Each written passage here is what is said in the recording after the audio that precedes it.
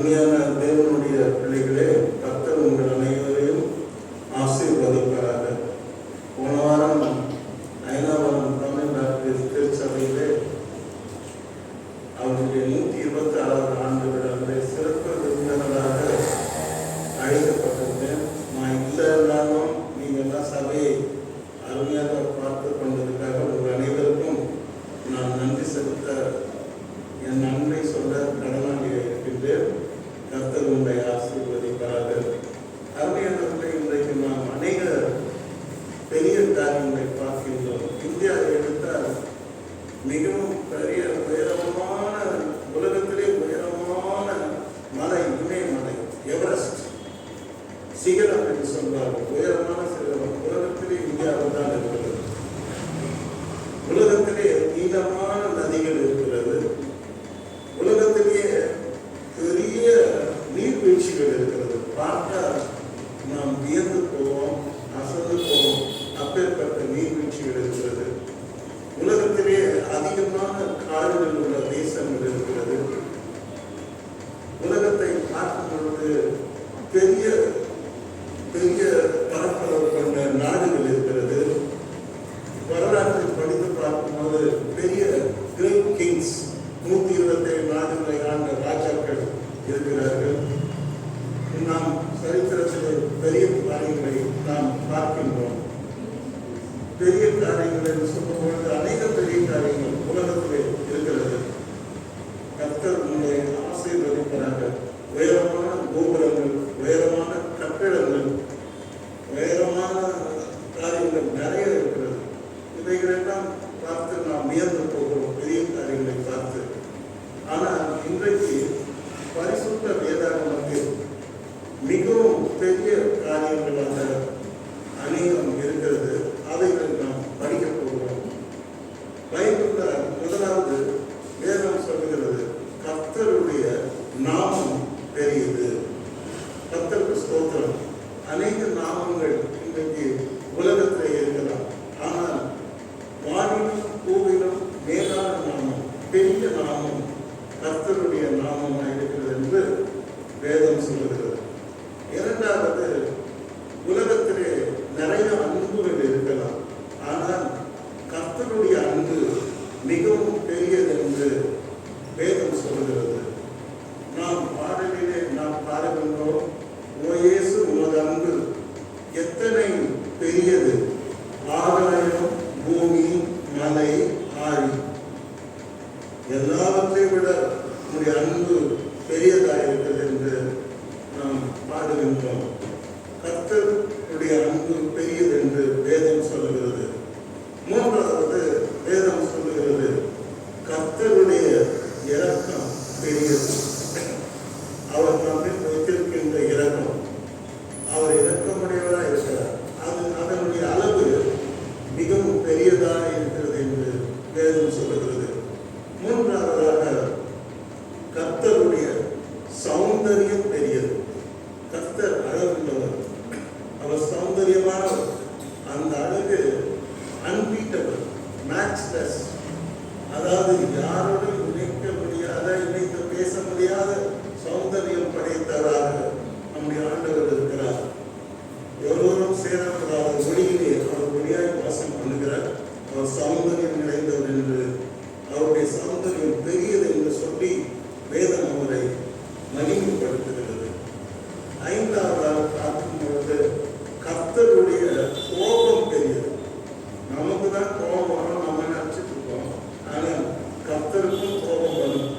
கோபம் வரும் பொழுது அவர் பேரழிவுகளை பூமியிலே உருவாக்குவார். பூமி அதிர்ச்சிகளை உருவாக்குவார், வெள்ளங்களை உருவாக்குவார், கொள்ளை நோய்களை உருவாக்குவார், யுத்தங்களை உருவாக்குவார். ஆனால் கோபமாக நம்ம பார்த்துக்கணும். கர்த்தர் கோபம் தான் அதை பெரிய கோபமாக இருக்கும். கர்த்தருடைய கோபம் பெரியது. ஆனாவது கர்த்தர் நாம் கொடுத்திருக்கிற அந்த வேலை, ஊழியம், அது பெரியது என்று வேதாகமம் சொல்லுகிறது. கர்த்தருடைய நாமம் பெரியது, கர்த்தருடைய அன்பு பெரியது, கர்த்தருடைய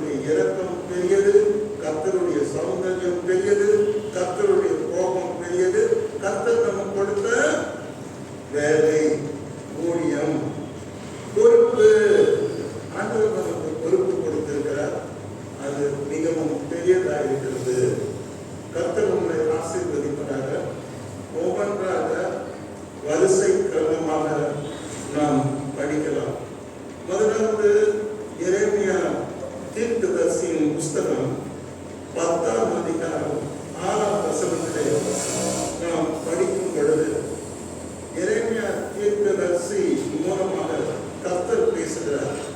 உலகத்திலே இருக்கின்ற மக்கள், புறஜாதி மக்கள், தேவனை அறியாத மக்கள், அவர்கள் எப்படி ஆராதனை செய்கிறார்கள், அந்த ஆராதனையிலே அவர்கள் கைக்கொள்கின்ற பழக்க வழக்கங்கள், அவர்கள் ஆராதிக்கின்ற தெய்வங்கள், அது உருவாக்கப்பட்ட விதங்கள், அந்த தெய்வத்துக்காக அவர்கள் செலுத்துகிற பலிகள் எல்லாவற்றையும் அவர் கிரிட்டிசைஸ் பண்ணுகிறார். அவைகளை அவர் ஏற்றுக்கொள்ள முடியாத ஒன்றாக சொல்லிவிட்டு எரேமியா 10ஆம் அதிகாரம் 6ஆம் வசனத்திலே சொல்லுகிறார், கர்த்தாவே உமக்கு ஒப்பானவன் யார்? கேள்வி கேட்கிறார். கர்த்தாவே உமக்கு ஒப்பானவன் இல்லை. கர்த்தருக்கு ஒப்பானவன் யாருமே இல்லை. கர்த்தருக்கு இணையானவன், கர்த்தருக்கு சமமானவன், கர்த்தரோடு கூட ஈடுபடுத்தி ஜோடிப்படுத்தி பேசக்கூடிய ஒருவரும் இந்த அண்டாசராசனத்திலே இல்லை. கர்த்தரால் தான் எரேமியா தீர்க்கதரிசி கர்த்தருடைய வார்த்தை உரைக்கும் பொழுது, கர்த்தாவே உமக்கு ஒப்பானவன் யார்? அநேகரை நாம் ஒப்பிட்டு பேச முடியும். அவர் இவர் மாதிரி இருக்கிறார், அவர் மாதிரி இருக்கிறார் என்று. ஆனால் தேவனை யாரும் ஒப்பிட்டு பார்க்க முடியாதவர். ஆகவே தேவனை புகழ்ந்து பேசுகிறார், தேவனை மகிமைப்படுத்தி பேசுகிறார். கர்த்தாவே உமக்கு ஒப்பானவன் இல்லை. நாம் என்றாவது ஒரு நாள் நாம் செபிக்கும் பொழுது, ஆராதிக்கும் பொழுது, கர்த்தாவே உமக்கு ஒப்பானவன் இல்லை, நீரே தேவன், நீர் ஒருவரே கர்த்தர், நீர் ஒருவரே ரட்சகர், நீர் ஒருவரே மீட்பர், நீர் ஒருவரே கண்மலை, நீர் ஒருவரே நம்பிக்கை, நீர் ஒருவரே கோட்டை, நீர் ஒருவரே என் கேடகம், நீர் ஒருவரே என் மகாபலன், நீரே என் ஆபத்து காலத்தில் அனுபவமான துணையானவர், நீர் ஒருவரே என்று நாம் என்றாவது ஒரு நாள் நம்முடைய வாழ்க்கையில சொல்லி தேவனை துதித்திருக்கிறோமா என்பதை நாம் ஆராய்ந்து பார்க்க வேண்டும். கர்த்தாவே உமக்கு ஒப்பானவன் இல்லை. இது மிகவும் நாம் தேவனுடைய பிள்ளைகளாக நமக்கு கொடுக்கப்பட்ட ஒரு பெரிய ஆசீர்வாதம். நாம் ஆராதிக்கிற தேவன் யாருக்கும் ஒப்பிட முடியாத வல்லமையான பெரிய பெரிய பரிசுத்தமான கடவுளாக இருக்கின்றார். அப்புறம் என்ன சொல்றாருன்னா, கர்த்தாவே உனக்கு ஒப்பானவன் இல்லை சொல்லிட்டு அப்புறம் என்ன சொல்றாருன்னா, நீ பெரியவர் என்று சொல்லுகிறார். அல்லேலூயா. அருமையானவர்களே, தேவனை பார்த்து சொல்லுகிறார், நீ பெரியவர் என்று சொல்லுகிறார். முதல்ல உனக்கு ஒப்பானவன் யாரும் இல்லை என்று சொன்னார். இப்பொழுது சொல்லுகிறார், அடுத்து கர்த்தாவே நீ பெரியவர், நீரே பெரியவர், உம்மை விட பெரியவன் வேறு ஒருவனும் இல்லை என்று சொல்லுகிறார். அருமையானவர்களே, நாம் தேவனை மிகவும் பெரியவராக நாம் பார்க்க வேண்டும். நாம் நம்முடைய தேவனை நாம் சுருக்கி பார்க்கின்றோம். இல்லை, தேவன் மிகவும் பெரியவராக இருக்கிறார். வானம் அவருக்கு சிங்காசனம், பூமி அவருக்கு ஆதபடி. வானாதி வானம் கொண்டா தேவன் அவர். காற்றையும் கடலையும் அகற்றினர், கடல் மேல் நடந்தவர். என்ன? பூமியை அஸ்திபாரப்படுத்தினவர், வானங்களை ஞானமாய் உண்டாக்கினவர், ஆராய்ந்து பறவைகளுக்கும் சமுத்திரத்தின் மச்சங்களுக்கும் ஏற்ற வேலையில் ஆதாரம் கொடுக்கிறவர், குருடரின் கண்களை திறக்கிறவர், நமக்காக பெரிய காரியங்களை செய்கிறவர், நம்முடைய காரியங்களை வாய்க்க பண்ணுகிறவர், நமக்கு ஜெயம் கொடுக்கிறவர். ஆக கர்த்தர் எப்படி இருக்கிறார்? பெரியவராக இருக்கிறார். அல்லேலூயா. நீங்களும் நானும் ஆராதிக்கிற தேவன் சின்ன தேவன் அல்ல. ஒரு சிறையில வைத்து அவரை கூட்ட முடியாது. வானாதி வானம் கொள்ளா தேவன், வானத்துக்கு பூமிக்கு ஆண்டவர், வானம் அவருக்கு சிங்காசனம், பூமி ஆதபடி. நாம் ஆராதிக்கிற தேவன் மிகவும் பெரிய தேவனாய் இருக்கிறார் என்று நாம் தேவனை ஆராதிக்க வேண்டும், தேவனை புகழ வேண்டும், தேவனை ஸ்தோத்திரிக்க வேண்டும், தேவனுக்கு நன்றி செலுத்த வேண்டும். என் தேவன் பெரியவர், அவர் என்னை கைவிட மாட்டார், என்னை விட்டு விலக மாட்டார், என்னை நடத்துவார், என்னை தாங்குவார், ஏந்துவார், சுமப்பார்.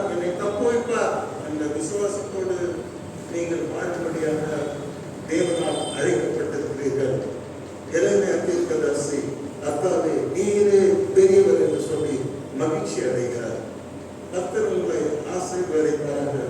96ஆம் சங்கீதம் 4ஆம் வசனத்தில் தாவீது கர்த்தரை ரொம்ப அழகாக வர்ணிப்பார். அவரை போற்றி புகழ்வார். அவருடைய குணாதிசயங்களை விலக்கி விலக்கி சொல்லி அவர் மகிழ்ச்சி அடைந்து தேவனை அவர் சேவிப்பார், ஆராதிப்பார், அவரை பொழுது கொள்வார், அவரை பணிந்து கொள்வார். 96வது சங்கீதத்திலே 4ஆம் வசனத்திலே இவரும் எப்படி சொல்றார் பாருங்க. கர்த்தர் பெரியவரும் மிகவும் ஸ்தோத்தரிக்கப்படத்தக்கவருமாக இருக்கிறார். எல்லா தேவர்களிலும் பயப்படத்தக்கவர் அவரே. கர்த்தருக்கு ஸ்தோத்திரம். கர்த்தரை தாவீது நன்றாக ருசித்தவர், நன்றாக அறிந்தவர், நன்றாக அவருடைய தரிசனங்களை பெற்றவர், அவரோடு கூட ஐக்கியமாயிருப்பவர், அவரோடு கூட அடிக்கடி உறவாடுபவர். அப்பேற்பட்ட மனிதன் கர்த்தரை குறித்து அவர் பேசும் பொழுது அவர் ஜனங்களோடு பேசுகிறார், திருச்சபையோடு பேசுகிறார். இன்றைக்கு உலகமெங்கும் வாழ்கிற மக்களோடு அவர் பேசுகிறார். என்ன பேசுகிறார்? கர்த்தர் பெரியவரும், கர்த்தர் ரொம்ப பெரியவர், அவருக்கு நாம பயப்படணும், அவர் எல்லா தேவர்களிலும் பயப்படத்தக்கவர். கர்த்தர் பெரியவரும் மிகவும் ஸ்தோத்தரிக்கப்படத்தக்கவருமாயிருக்கிறார். சாதாரணமான அல்ல, மிகவும் ஸ்தோத்தரிக்கப்படத்தக்கவராக, மிகவும் புகழப்படத்தக்கவராக, மிகவும் இருதயத்தோடும் முழு ஆத்மாவோடும் முழு பலத்தோடும் ஆராதனை தகுதியுடையவராக கர்த்தர் இருக்கிறார். கர்த்தர் பெரியவராக இருக்கிறார். நாம் ஆராதிக்கிற தேவனை விட பெரிய தேவன் இல்லை. அவரை விட பெரிய ஒரு பர்சனாலிட்டி இல்லை. அவரை காட்டிலும் பெரிய ஒரு பவர் இல்லை. அவரே எல்லாவற்றை காட்டிலும் பெரியவராக இருக்கிறார். தாவீது தன்னுடைய சங்கீதத்திலே தேவனை குறித்து சொல்லி மகிழ்ச்சி அடைகிறார். கர்த்தாவே, நீர் பெரியவர், மிகவும் ஸ்தோத்தரிக்கப்படத்தக்கவருமான இருக்கிறீர். மிகவும் ஸ்தோத்தரிக்க உண்மை. சாதாரணமாக ஸ்தோத்தரித்தால் போதாது. உங்களுடைய உள்ளத்தோடு, முழு மனதோடு, முழு இதயத்தோடு உண்மை நான் ஸ்தோத்தரிக்க வேண்டும். காரணம் கர்த்தர் பெரியவர் என்று சொல்லி மகிழ்ச்சி அடைகிறார். ஆகவே கர்த்தர் பெரியவராக இருக்கிறபடியால் அவரை நாம் ஸ்தோத்தரிக்க வேண்டும், அவருக்கு நாம் பயந்து ஜீவிக்க வேண்டும். 104வது சங்கீதம் 1ஆம் வசனத்தில் தாவீது கர்த்தரை பல விதமாக அவர் வர்ணித்திருப்பார். நீங்களாம் படிச்சிருப்பீங்க. கர்த்தர் என் கோட்டை, என் அடைக்கலம், என் தஞ்சம், என்ன என் நம்பிக்கை, என் கேடகம், என் துருகம், என் அரண் என்றெல்லாம் அவர் நிறைய வர்ணித்திருக்கிறார். கடவுளை மகிமைப்படுத்தியிருக்கிறார். 104வது சங்கீதத்திலே படித்து பார்க்கும்போது 1ஆம் வசனத்தில் என் ஆத்துமாவே கர்த்தரை ஸ்தோத்திரி, என் தேவனாகிய கர்த்தாவே நீ மிகவும் பெரியவராக இருக்கிறேன். தாவீதே பெரிய ராஜா, ஒரு தேசத்தினுடைய அரசன், successful king, the great king அப்படின்னு சொல்லலாம். அப்பேற்பட்ட ராஜாவுக்கு தன்னை ஒரு சிறியோராகணும். கர்த்தரை பார்க்கும்போது கர்த்தரை பார்த்து பயப்படுவார். கர்த்தாவே என் ஆத்மாவே கர்த்தரை ஸ்தோத்திரி, என் தேவனாகிய கர்த்தாவே நீ மிகவும் பெரியவராக இருக்கிறீர். தன் ஆத்மாவுக்கு சொல்லிக் கொடுக்கிறார். என் ஆத்மாவை கர்த்தரை ஸ்தோத்திரி. காரணம் அவர் மிகவும் பெரியவராக இருக்கிறார், மிகவும் பெரியவராக இருக்கிறார். மகிமையையும் மகத்துவத்தையும் அவர் அணிந்து கொண்டிருக்கிறார். அவருடைய என்ன அணிஞ்சிருக்காரா? மகிமை, குளோரி, மகத்துவம். மகத்துவம் என்று சொன்னால் பெரிய காரியங்களை செய்யக்கூடிய வல்லமை அவர் அணிந்து கொண்டிருக்கிறார் என்று சொல்லுகிறார். ஆகவே தாவீது கர்த்தரை துதிக்கிறார். என் ஆத்மாவே கர்த்தரை ஸ்தோத்திரி. என்னென்றால் என் தேவனாகிய கர்த்தர் நீர் மிகவும் பெரியவராயிருக்கிறீர். அல்லேலூயா.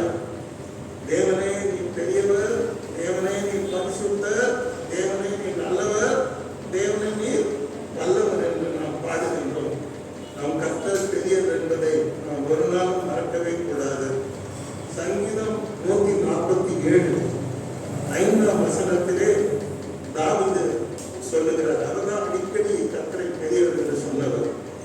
சொல்லுகிறார், நம்முடைய ஆண்டவர் நம்முடைய ஆண்டவர் பெரியவரும் மகா பலமுள்ளவருமா இருக்கிறார். ஆண்டவர் பெரியவரும் மகா பலமுள்ளவருமா இருக்கிறார். சாதாரண பலசாலி என்று நம்முடைய கர்த்தர், சாதாரண பராக்கிரமசாலி என்று நம்முடைய கர்த்தர் மகா பலம் உள்ளவராக இருக்கிறார். வார்த்தையினாலே ஆதியிலே இந்த பூமியும் வானத்தையும் அவர் சிருஷ்டித்தார். அவர் பயன்படுத்தினது எந்த ஒரு இன்ஸ்ட்ருமெண்ட்டும் கிடையாது. வார்த்தையினாலே அவர் எல்லாத்தையும் சிருஷ்டித்தார். வெளிச்சம் உண்டாக கடவுள் என்றார், வெளிச்சம் உண்டாயிற்று. வெட்டாந்தரை காணப்படுவது என்று சொன்னார், வெட்டாந்தரை காணப்பட்டது. ஆகவேதான் அவர் சொல்ல அவர் கட்டளையிட நிற்கும். அவர் ஆராய முடியாத பெரிய காரியங்களையும் எண்ணி முடியாத அதிசயங்களையும் கர்த்தர் செய்கிறார். ஆகவே கர்த்தர் பெரியவராக இருக்கிறார். அது மாத்திரமல்ல, மகா பலம் உள்ளவராக இருக்கிறார். கர்த்தருக்கு ஸ்தோத்திரம். இஸ்ரவேல் ஜனங்கள் 6 லட்சம் புருஷர்கள், அப்பனா 6 லட்சம் பெண்களும் இருந்திருப்பாங்க, 6 லட்சம் குழந்தைகளும் இருந்திருப்பாங்க. 40 வருஷம் காலமும் வனாந்தரத்தில் சொல்றாரு, தகப்பன் தன்னுடைய பிள்ளையை சுமந்து கொண்டு செல்வது போல வனாந்தரத்திலே நான் உங்களை சுமந்து கொண்டேன் என்று சென்றேன் என்று சொல்லுகிறார். இப்ப இத்தனை லட்சம் ஜனங்களை கர்த்தர் சுமந்தாக சொல்வது என்றால் தேவன் சொல்வது உண்மை.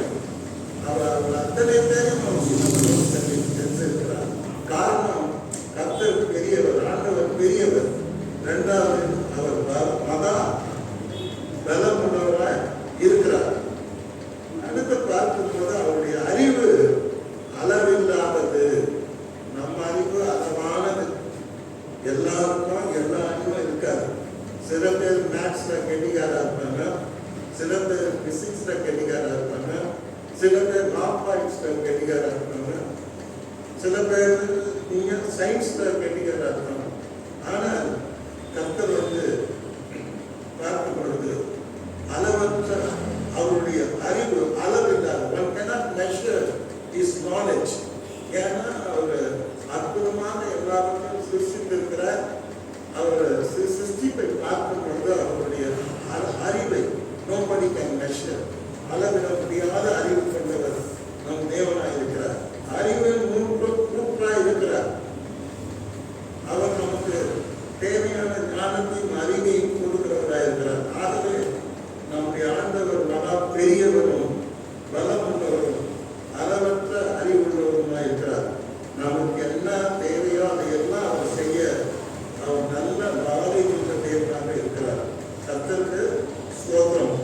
அருமையான நம்முடைய ஆண்டவராய் இயேசு கிறிஸ்து இந்த உலகத்திலே வாழ்ந்த நாட்களிலே அவர் பிரசங்கம் பண்ணார். என்ன சொன்னார் தெரியுமா? யோனாவின் மத்தேயு 12:41 யோனாவின் பிரசங்கத்தை கேட்டு நினிவே பட்டணத்தார் மனம் திரும்பினார்கள். யோனா நினிவேக்கு போக மாட்டேன்னு தகராறு பண்ணார். ஆண்டவர்கிட்ட அடம் பிடிச்சார். ஆனா ஆண்டவர் அவனை கம்பல்சரியா அவனை சிக்ஷித்து அந்த நினிவே பட்டணத்தில் கொண்டு போய் அவனை சேர்த்து அங்கே தேவனுடைய வார்த்தையை சொல்லும்படி செய்தார். நினிவேயிலே யோனா பிரசங்கம் பண்ணினார். அப்பொழுது ஜனங்கள், அந்த தேசமே மனம் திரும்பியிருக்கிறது. நினிவே பட்டணம் முழுவதும் மனம் திரும்பினது என்று நாம் பார்க்கின்றோம். தேவனால் அவன் வல்லமையாக பயன்படுத்தப்பட்டான். அவனுடைய வார்த்தை கேட்ட ராஜா முதல் கொண்டு மிருகங்கள் வரை மனம் திரும்பி ஆண்டவர் அந்த தேசத்தை அழிவிலிருந்து தப்பிவிட்டார் என்று நாம் பார்க்கின்றோம். தீங்கு செய்வேன், அடிப்பேன் என்று சொன்ன ஆண்டவர், தேசத்தை கதைத்து போடுவேன் என்று சொன்ன ஆண்டவர், யோனாவின் பிரசவத்தை கேட்டு மனம் திரும்பினது அந்த தீர்மானத்தை மாற்றி அழிக்காதபடி அந்த தேசத்தை ஆசீர்வதித்தார். காரணம், அவர்கள் பிரசவத்தை கேட்டு மனம் திரும்பினார்கள். ஆண்டவர் அதை சொல்ற மேற்கோள் காட்டார். உலகத்தில் வாழ்ந்த நாட்களிலே மேற்கோள் காட்டி என்ன சொல்றாரு? யோனாவிலும் பெரியவர் இங்கே இருக்கிறார். யோனாவிலும் பெரியவர் நான் என்று சொல்லுகிறார். ஆண்டவர் அடிக்கடி ஜனங்களுக்கு தன்னை சொன்னார். என்ன இப்பதான் தச்சனுடைய மரியாதையின் மகன் அப்படின்னு சொல்றீங்க. நீங்க சொல்றது தப்பு. நான் ஆபிரகாமுக்கு முன்னாலே இருக்கிறேன். என்னுடைய நாமம் வார்த்தை, சகலமும் என் மூலமாய் உண்டாயிற்று.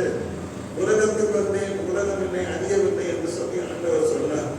இங்கே பார்க்கும் பொழுது யோனாவிலும் பெரியவர் என்று தன்னை இங்கே சொல்லுகிறார்.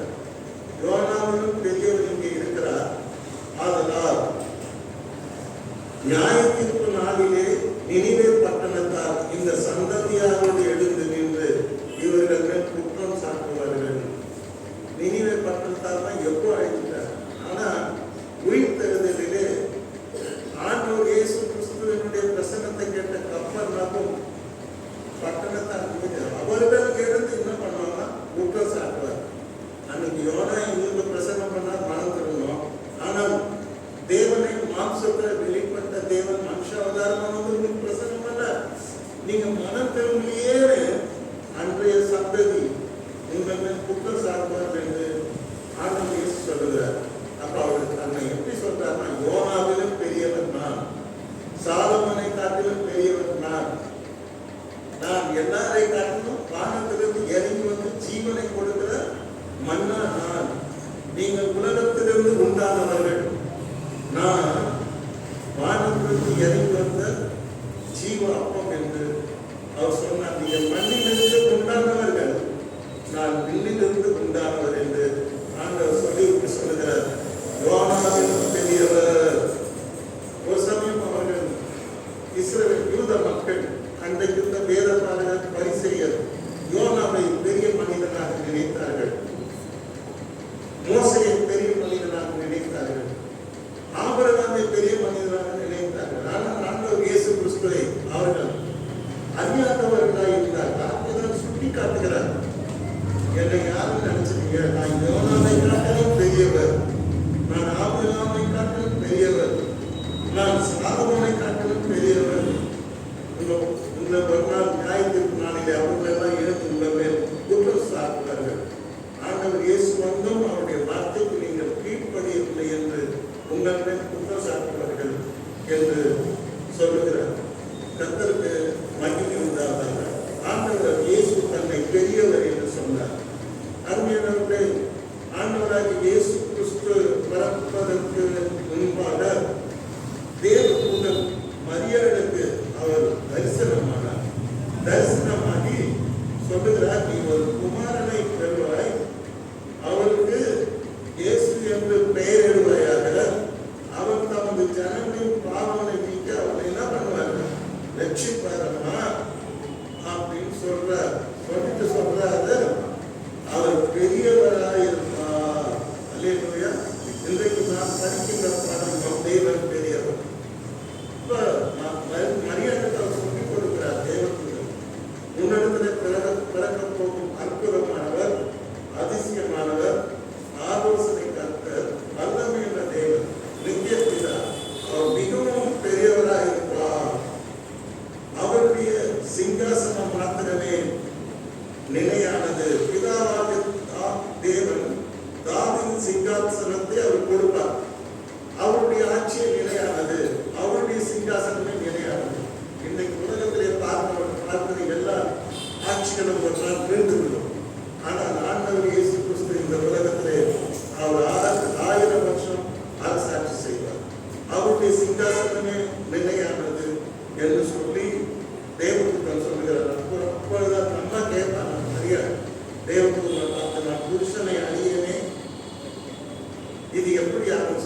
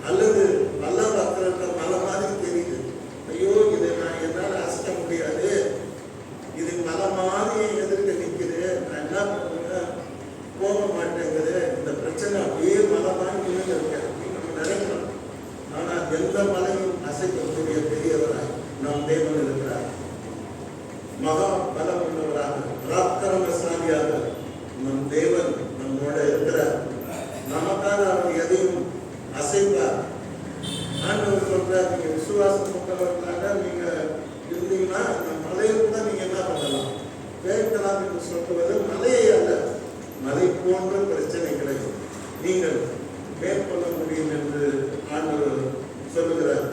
அருமையானவர்களே, இன்றைக்கு இந்த ஆராதனையிலே நாம் படிக்கின்ற பாடம், நம் தேவன் பெரியவராக இருக்கிறார். நாம் அடிக்கடி சொல்லி பகிர்வோம், கர்த்தாவே நீ பெரியவர், நான் என்னால் முடியாது, நான் ரொம்ப சின்னவன், இந்த மாம்சம் ஆண்டவரே, ஆண்டவரே என்னால் முடியாது, அந்த தலைவீனமான மனுஷன் ஆண்டவர், நீ பெரியவர், உண்மை நம்புகிறேன், எனக்காக நீ பெரிய காரியங்களை செய்ய முடியும் என்று விசுவாசிக்கிறேன் என்று அடிக்கடி தாவீது என்ன ஒரு ராஜா அவசியம் இதை சொல்லணுமா, கர்த்தாவே நீ பெரியவர்னு சொல்லணுமா, I am a king, I don't need to say this and சொல்லிருக்கலாம், I am the great, I am the best அப்படின்னு சொல்லிருக்கலாம். No, he never said in his own life, I am the best, I am the great. Always he was telling God is great. கர்த்தர் பெரியவர் என்ற வார்த்தையை நான் உச்சரித்தார். கர்த்தர் பெரியவர், கர்த்தர் ஸ்தோத்தரிக்கப்பட தக்கவர், கர்த்தர் பெரியவர், அவர் மகிமையையும் மகத்துவத்தையும் அணிந்து கொண்டிருக்கிறார். கர்த்தர் மகா பலமுள்ளவர், அவருடைய அறிவு அளவில்லாதது. கர்த்தர் யோனாவிலும் பெரியவர், சாலமோனிலும் பெரியவர், ஆபிரகாமிலும் பெரியவர், அவர் எல்லாரிலும் பெரியவர். ஏன் அந்த பேரெல்லாம் சொல்லி அவங்களோட பெரியவர் சொன்னார்னா, அன்றைய இஸ்ரவேல் ஜனங்கள் ஆண்டவர் இயேசு கிறிஸ்து வாழ்ந்த நாட்களிலே ஆபிரகாமையும் யோனாவையும் மோசையும் இயேசு ஆண்டவரோட பெரியவரா நினைச்சதுனாலதான் கர்த்தர் கண்டம் பண்ணி சொல்றார். No, nobody is bigger than me. என்னை விட ஒரு nobody is greater than me. என்னை விட பெரியவங்க யாருமே இல்லை, நான் தான் பெரியவர் என்று ஆண்டவர் சொன்னார். நான் மரித்தேன், ஆனாலும் சதா காலங்களிலும் உயிரோடு இருக்கேன். பயப்படாதீங்க, உலகத்தின் முடிவு வரையிலும் சகல நாட்களிலும் நான் உங்களோட இருக்கிறேன், நான் பெரியவர் என்று ஆண்டவர் சொன்னார். மரியாளுக்கு ஆண்டவர் சொல்லும் பொழுது, தேவதூதன் சொல்லும் போது அவர் பெரியவராக இருப்பார். அவருடைய ராஜ்யத்துக்கு முடிவில்லாத முடிவில்லாத ராஜ்யம் இயேசுவின் ராஜ்யம். எல்லா ராஜ்யத்துக்கும் முடிவு வரப்போகுது, உலகம் முடிய போகுது. நம்ம இயேசப்பா ராஜ்யம் அவருடைய சிங்காசனம் தான் நிலையாக இருக்கும். கர்த்தர் பெரியவர், அவர் பயப்படத்தக்கவர். கர்த்தருக்கு பயப்படணும், ஏன்னா அவர் ரொம்ப பெரியவர். ஒரு மினிஸ்டர் வந்துட்டாங்க, எல்லாரும் ஏற்கனவே அவர் வணக்கம் பண்றாங்க, அவர் உட்கார்ந்த பிறகுதான் உட்கார்றாரு. காரணம், மினிஸ்டர் என்பவர் அவர் பெரியவராக இருக்கிறார். மனித குலத்துக்குள்ளே, மனித சமுதாயத்துக்குள்ளே ஒரு சிஎம் எல்லாருமே பெரியவர். அவருக்குரிய ஒரு கருத்தை கொடுக்க வேண்டியது சமுதாயத்தின் கடமை. அவர் வரும்போது எந்த கட்சிக்காரன் நமக்கு அது ஒரு சீஃப் மினிஸ்டராக வரும்போது எல்லாரும் எழுந்து நின்று அவரை கணக்கு பண்ணது.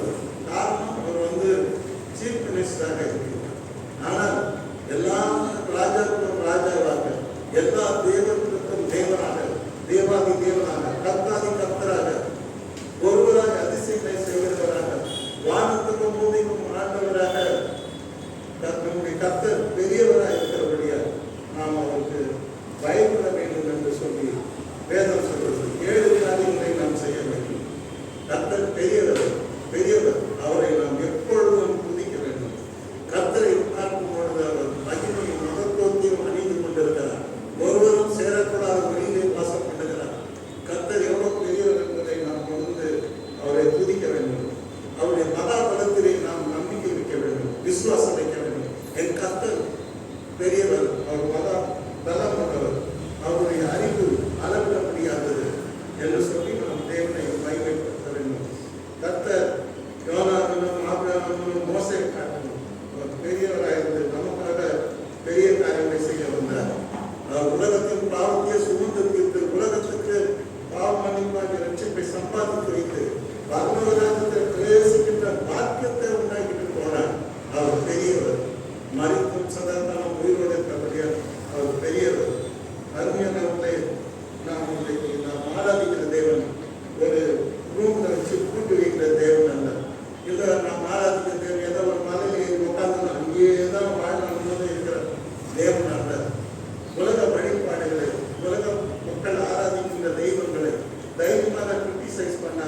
எரோமியா வச்சு பாருங்க, வெள்ளியும் பொண்ணும் உங்கள் தெய்வம், அவர்களுடைய தெய்வம் அவர்களுடைய தெய்வம் என்று சொல்வார். மரத்தை விட்டு அந்த கட்டையை விட்டு அதை செதுக்கி அதில் வர்ணம் பூசி தெய்வத்தை நீங்கள் உருவாக்குகிறீர்கள். ஆனால் தேவன் என்றால் அவர் வானத்தையும் பூமியும் உண்டாக்கி இருக்க வேண்டும். வானத்தையும் பூமியும் உண்டாக்காத தெய்வங்கள் அல்ல. நம்ம பைபிள் என்ன படிக்கிறோம்? ஆதியிலே பைபிள் தொடங்குனது ஃபர்ஸ்ட் வசனம், பெஸ்ட் வசனம். ஆதியிலே தேவன் வானத்தையும் பூமியையும் சிருஷ்டித்தார். எவ்வளவு பெரிய கர்த்தர்! அங்கே எல்லாமே அந்த ஒரு வசனத்துல புரிஞ்சு போச்சு. God is a creator. நம் தேவன் தான் சிருஷ்டிகர்த்தர், சகல சிருஷ்டிக்கும் எஜமான், சகல சிருஷ்டிக்கும் முதலாளி, சகல சிருஷ்டிக்கும் ஆண்டவர். நம் தேவன் பெரியவர். சந்தோஷமா வீட்டுக்கு போங்க, கர்த்தர் பெரியவராக இருக்கிறார். அவர் உங்களுக்கு பெரிய காரியங்களை செய்வார். சமாதானத்தோடு போங்க. வாழ்க்கையில பிரச்சனை இருக்கத்தான் செய்யும், கண்ணீர் இருக்கத்தான் செய்யும், எதிரிகள் இருக்கத்தான் செய்வார், போராட்டங்கள் இருக்கத்தான் செய்யும், வியாதிகள் வரத்தான் செய்யும், பலவீனங்கள் நம்மை தாக்கத்தான் செய்யும். ஆனால் பயந்து விடாதீங்க. நீங்கள் ஆராதிக்கிற கர்த்தர் பெரியவராக இருக்கிறபடியா எல்லாவற்றையும் அவர் சால்வ் பண்ணி உங்களை ஜீவ பாதையை நடத்துவார், மகிழ்ச்சியின் பாதையை நடத்துவார், சமாதானத்தின் பாதையை நடத்துவார், வல்லமையின் பாதையை நடத்துவார், மகிமையின் பாதையை நடத்துவார். கேட்டீங்கன்னா உங்களுக்கு அவர் இலைப்பாதையை நடத்துவார். கர்த்தர் தாமே, பெரிய கர்த்தர் தாமே உங்கள் அனைவரையும் ஆசீர்வதிப்பாராக. நீதி அவருடைய அன்பு பெரியது, இரக்கம் பெரியது, சௌந்தரியம் பெரியது, அவருடைய கோபம் பெரியது, அவருடைய வேலை பெரியதுன்னு சொன்னேன் இல்லையா? இதெல்லாம் இப்படியே விட்டுட மாட்டேன். வரப்போகிற நாட்களில் நாம படிக்கலாம். இன்னைக்கு இது போதும். கர்த்தர் பெரியது. எல்லாரும் சொல்லுங்க, கர்த்தர் வெரி குட். இப்படியே சொல்லிங்க போங்க, கர்த்தர் பெரியது. என்னால தூக்க முடியாதான், என்னால இதை அப்படி தூக்க சொன்னா தூக்க முடியாதான். ஆனா எனக்கு கர்த்தர் பெரியது. அவர் அப்படி தூக்குவார். அலையிலுயா அலையிலுயா. யாரை தூக்க சொன்னாலும் தூக்குவார். அவர் சொல்ல ஆகும், அவர் கட்டையில நிற்கும். அவர் ஆராய முடியாத பெரிய காரியங்களையும் எண்ண முடியாத அதிசயங்களையும் செய்கிறார். வானத்தின் நட்சத்திரங்களை எண்ணி அவர்களை பெயர் சொல்லி அழைக்கிறார். இதுவரைக்கும் சயின்ஸ் டெக்னாலஜி எவ்வளவுதான் முன்னேறி இருந்தாலும் இதுவரைக்கும் வானத்தின்